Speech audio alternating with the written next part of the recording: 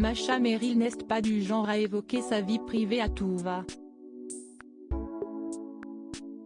Mais cette semaine, dans un entretien accordé au magazine Gala, l'actrice et écrivaine de 82 ans s'est laissée aller à de rares confidences sur sa vie sentimentale.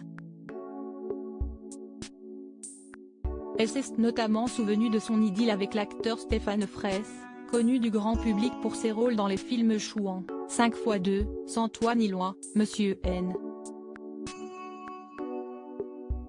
Le Grand Rôle, Camus ou encore Bienvenue chez les Ch'tis. Un homme qui était de 20 ans son cadet, et avec qui elle est restée pendant 8 ans. Une belle histoire, sur laquelle elle est donc revenue dans cette interview. J'ai pris ce coup de cœur qui se présentait à moi au mépris de toute rationalité, sans l'analyser outre mesure. J'avais appris à ne pas craindre le lendemain ou son absence. De façon générale, en amour, il faut se libérer de la peur, s'est-elle confiée, alors qu'à l'époque, elle sortait tout juste d'une déception amoureuse avec le photographe italien Luciano d'Alessandro. Une histoire qu'elle retrace notamment dans son dernier livre, L'homme de Naples, paru aux éditions L'Archipel le 3 novembre dernier. L'impossibilité de construire un couple, elle en parle également dans cet entretien pour Gala, et se souvient notamment, durant cette période, d'avoir été mélancolique, du fait de l'impossibilité de construire un couple avec Luciano.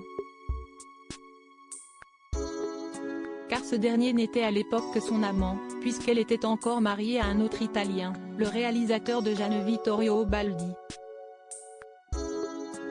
Mais elle était en train de divorcer de lui, après 9 ans d'union.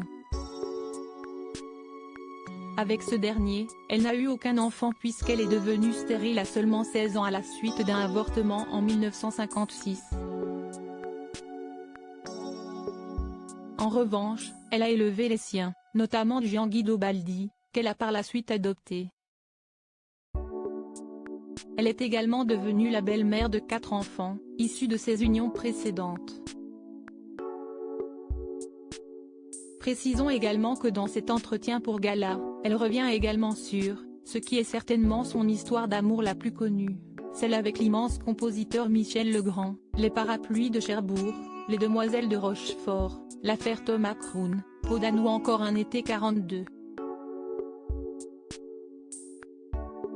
Ils s'étaient mariés le 18 septembre 2014 et filaient le parfait amour avant que leur musicien ne décède en janvier 2019.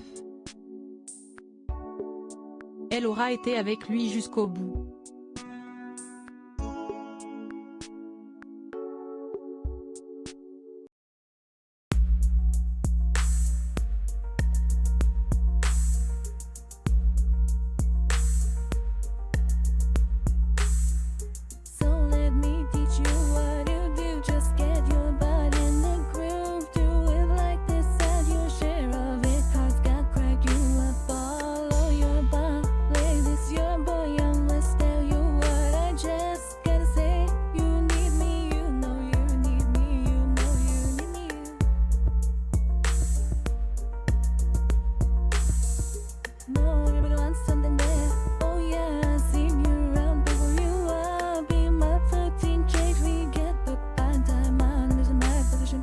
Yeah, you made me choose you, now I smile.